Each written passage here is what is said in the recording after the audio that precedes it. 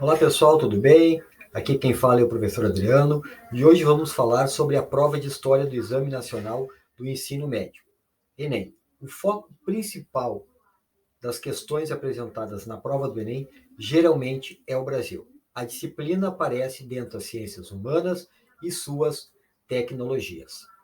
Aplicada no primeiro dia do Enem, a prova de História tem questões interdisciplinares que podem mesclar conteúdos de geografia e sociologia.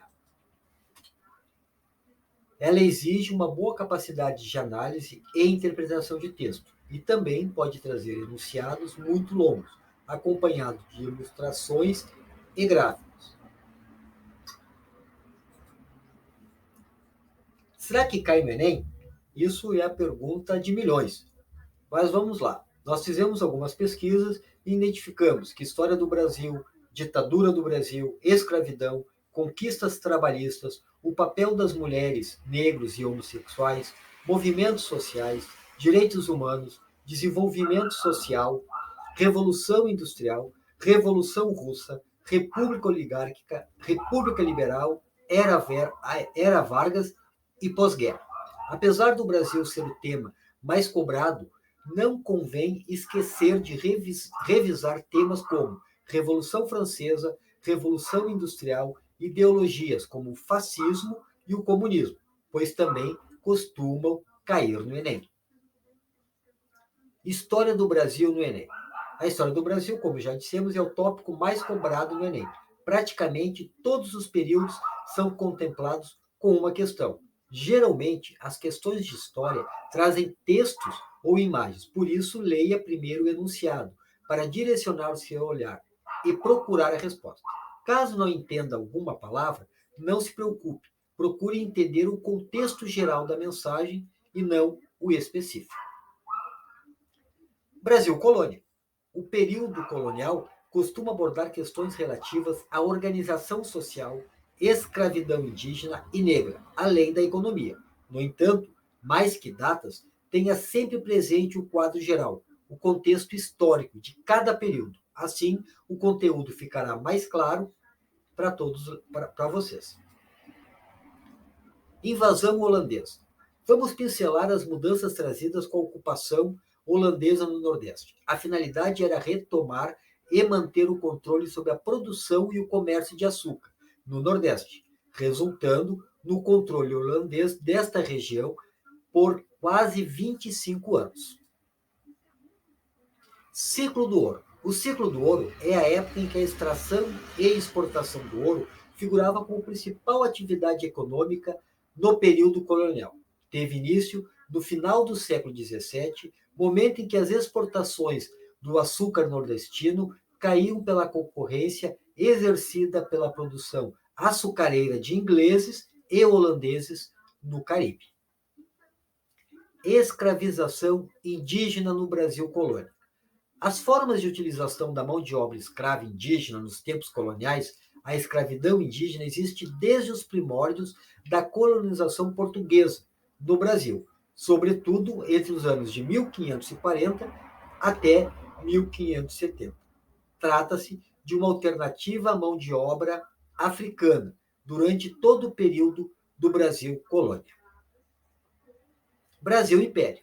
Esta época teve início com a aclamação do imperador Dom Pedro I, em 1822, e se prolongou até a proclamação da República em 1889. Independência do Brasil.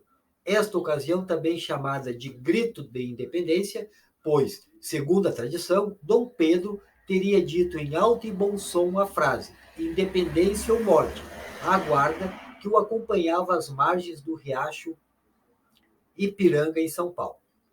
Contudo, não há um consenso entre historiadores quanto à veracidade desse grito. Primeiro reinado. O primeiro reinado foi marcado por disputas entre elite agrária e o imperador, além de conflitos regionais no Nordeste e na Cisplatina. Porém, foi o momento que o Brasil construiu sua base como Estado e nação. Constituição de 1824. A primeira Carta Magna brasileira garantia a unidade territorial e instituída a divisão do governo em 4 poderes e estabelecida o voto censitário, voto ligado à renda do cidadão. Primeira República no Brasil, 1889-1930. Estado Novo. Também foi denominado pelos historiadores de República Oligárquica, República dos Coronéis e a República do Café com Leite, aquela briga entre Minas Gerais e São Paulo.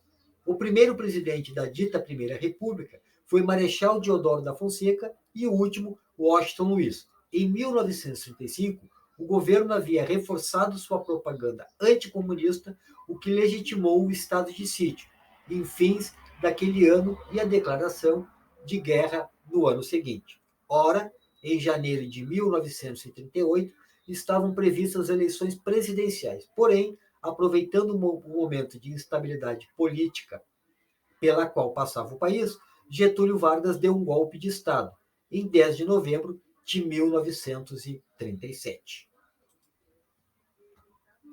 A Era Vargas, 1930-1945. Corresponde ao período em que Getúlio Vargas, 1882 a 1954, governou o Brasil em 3 momentos. Governo provisório, 1930 a 1934, governo constitucional, 1934-1937, e o Estado Novo, 1937-1945. Golpe militar de 1964 e ditadura militar. A interrupção do processo democrático brasileiro na década de 60, o golpe militar de 1964 foi deflagrado na noite do dia 31 de março, com a deposição do presidente João Goulart.